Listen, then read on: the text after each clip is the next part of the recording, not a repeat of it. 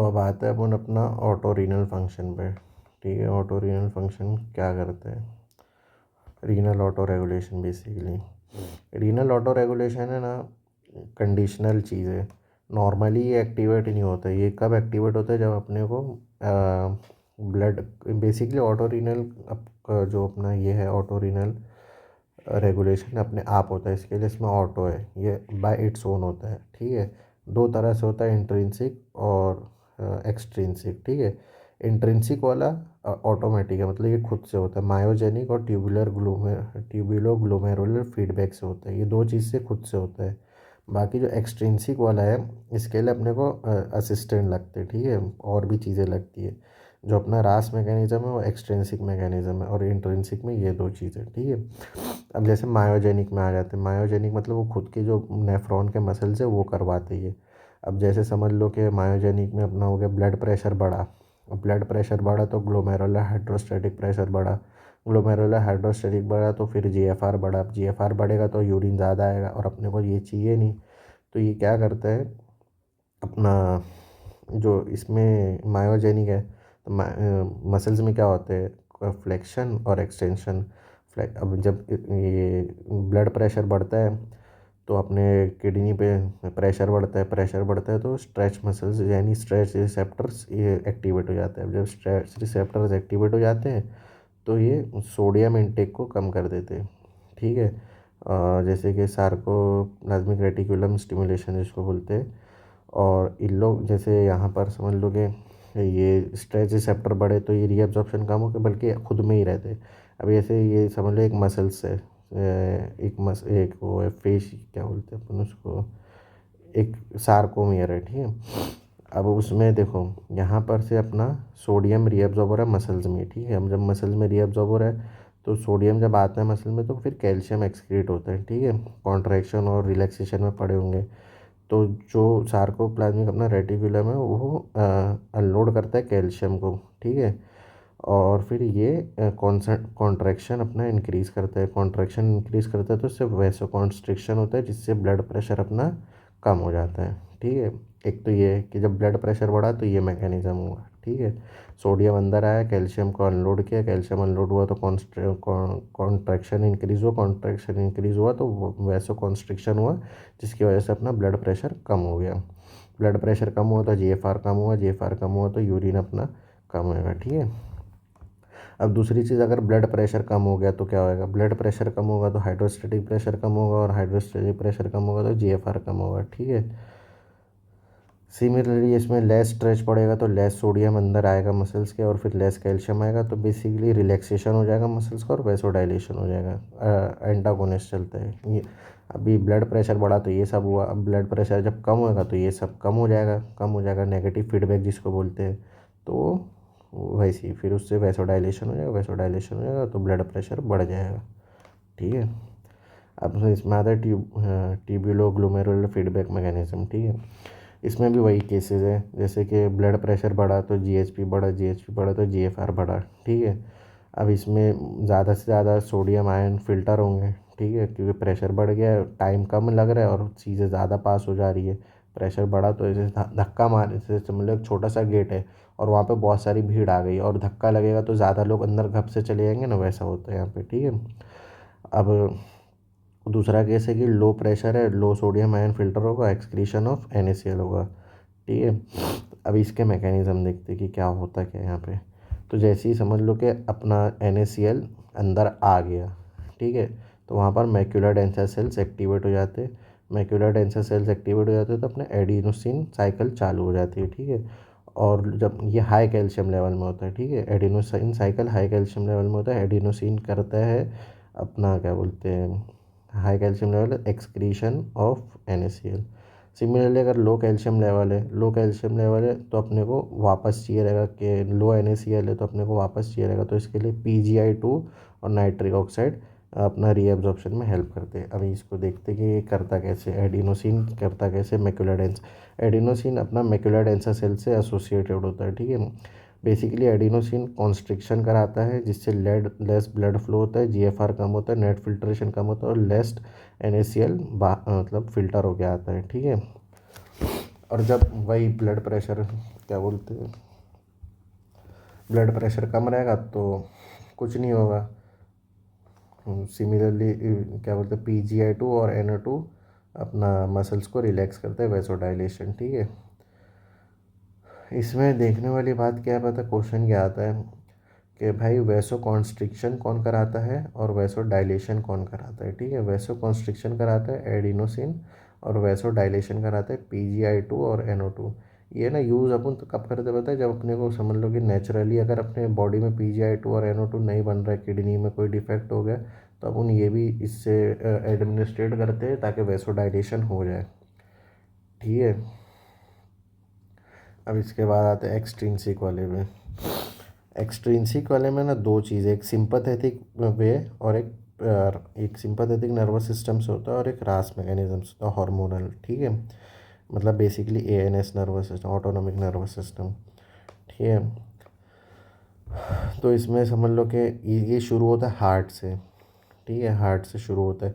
अपना systolic blood pressure कम हो गया, जैसे 65 mmHg जब होता है तो ये एक्टिवेट हो जाता है, ठीक है। ये एक्टिवेट हो जाता है। ये एक्टिवेट होता है तो सबसे पहले बैरो रिसेप्टर्स को via norepinephrine epinephrine hormone secrete करता है बाय मेडुला ऑब्लोंगाटा, जिसमें अपना बीटा 1 रिसेप्टर्स ऐसे नोड और AV नोड पे प्रेजेंट होते हैं, जो कि स्टिमुलेशन देते हैं कि भाई ब्लड का वॉल्यूम कम हो रहा है, पंपिंग हो रही है पर प्रेशर कम हो रहा है, वॉल्यूम कम हो रहा है, ठीक है।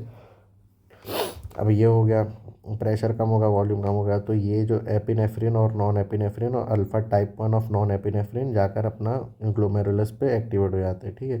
जो बीटा 1 है ना, वो JG सेल्स पे भी होते हैं, जो कि रेनिन के स्टिमुलेशन देते हैं। जैसे JG सेल पे रेनिन कौन कौन स्टिमुलेट कराएगा, तो बीटा 1 को पता चलता है सबसे पहले कि भाई JG सेल रेनिन एक्सक्रीट करो, सिक्रीट करो, क्योंकि ब्लड प्रेशर बढ़ रहा है। ये ब्लड प्रेशर बढ़ने में JG सेल काम आता है, ब्लड प्रेशर कम होने में ANF काम आता है, जो अपन आगे पढ़ेंगे।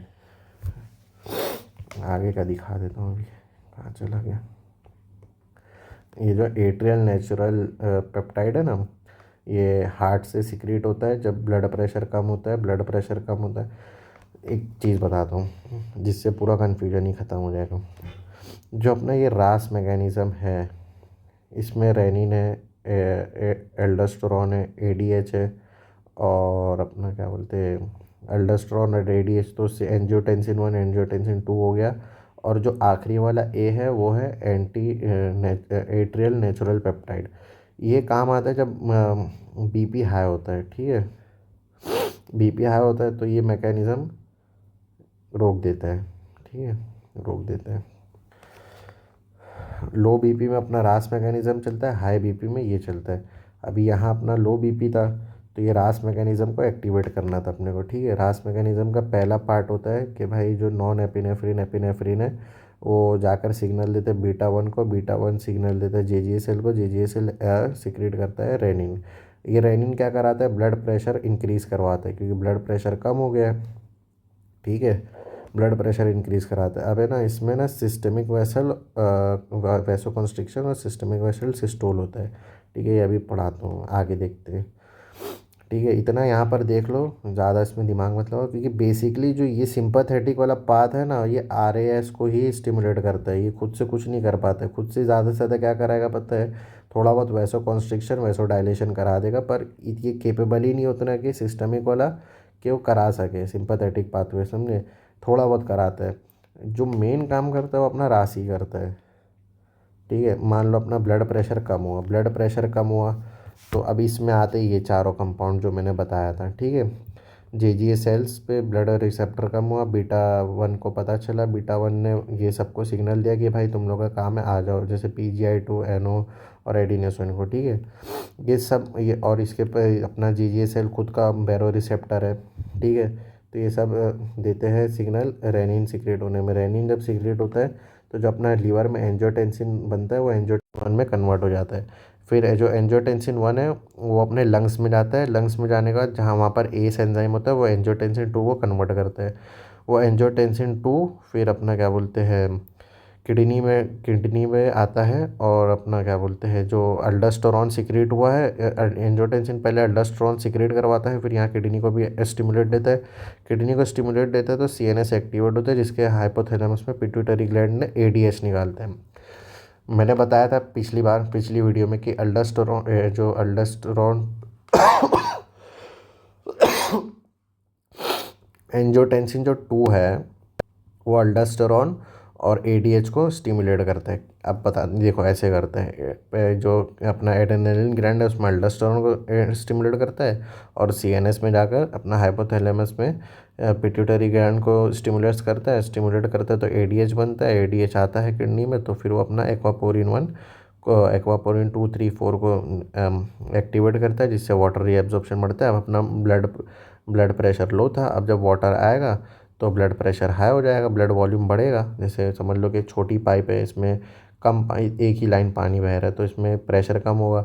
अब इसमें 3-4 लाइन पानी बढ़ जाएगा तो प्रेशर बढ़ जाएगा तो अपना वो जो प्रॉब्लम था वो सॉल्व हो जाएगा, लो बीपी का हाई बीपी हो जाएगा।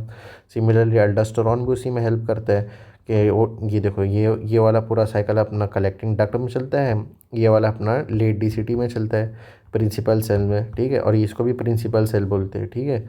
और यहाँ भी ये क्या बोलता है एंजियोटेंसिन 2 थोड़ा बहुत यहाँ भी पीसीटी में भी काम करता है रीएब्जॉर्प्शन करवाने में, ठीक है। अब दूसरी चीज़ जो मैं बोल रहा था अल्फा 1 कॉन्स्ट्रिक्शन, वो यहाँ पर दिखाता है, ठीक है। अपना जो ये रास साइकिल जब चालू हो जाती है ना तो समझ लो जो अपनी मसल्स होती है किडनी वो पल्पेशन कराती है, जैसे हार्ट बीट होती है ना, ऐसे लबडब लबडब, तो वैसी पल्पेशन कराती है। जब पल्पेशन कराती है तो जो अपना क्या बोलते हैं एट्रियल फ्लो है वो कम हो जाता है। जैसे समझ लो कि यहाँ से अपना ऐसा होता है ना, बेसिकली यहाँ से फ्लो ज़्यादा फ्लो आता है और यहाँ से प्रेशर ज़्यादा जाता है, ठीक है। तो ये जो पल्पेशन होने लगती है ना ये अपने एट्रियम क्या बोलते हैं ब्लड वेसल में, इससे ना प्रेशर दोनों तरफ ऐसा इक्वलाइज करने का ट्राई करता है कि जितने प्रेशर से यहाँ आ रहा है उतने प्रेशर से यहाँ जाए, ताकि ब्लड ज़्यादा देर इधर रहे, ताकि कम रीअब्जॉर्प्शन हो, ब्लड वॉल्यूम बढ़े। ब्लड वॉल्यूम बढ़ेगा तो अपना प्रेशर अपने आप बढ़ जाएगा, ठीक है। इसमें बोलते हैं कि कॉन्स्ट्रिक्शन पल्पेशन और सिस्टमिक वेसल पल्पेशन बोलते हैं इसको। अल्फा 1 प्रोटीन इसमें रिस्पॉन्सिबल होते हैं, ठीक है। अब ये तो ठीक है, चलो रास मैकेनिज़्म अपना लो बीपी में काम आ गया। अब जब हाई बीपी होगा, बीपी बढ़ जाएगा तो उसमें कुछ भी नहीं होता, ये कुछ भी नहीं होगा। इतना जो सारा भसड़ मचा है हार्ट से जो चालू हुआ है रिसेप्टर देना, वो हार्ट रिसेप्टर ही नहीं देगा, कुछ स्टिमुलेशन ही नहीं देगा किडनी को कि भाई ऐसा कुछ करना है। बीटा 1 कोई ना स्टिमुलेट करेगा ना जी सेल को कि भाई कुछ करना है, तो कुछ होगा ही नहीं। अब ये कुछ नहीं करना कौन करवाता है? अपना एट्रियल नेचुरल पेप्टाइड, जो कि हार्ट खुद रिलीज़ करता है और ब्लड प्रेशर जो हाई हो जाता है उसको कम करता है। कैसे कम करता है? जब ये सारे मैकेनिज़्म होंगे ही नहीं तो अपने आप ब्लड प्रेशर नॉर्मल हो जाएगा, ठीक है। ये बेसिकली नेगेटिव फीडबैक है, ठीक है।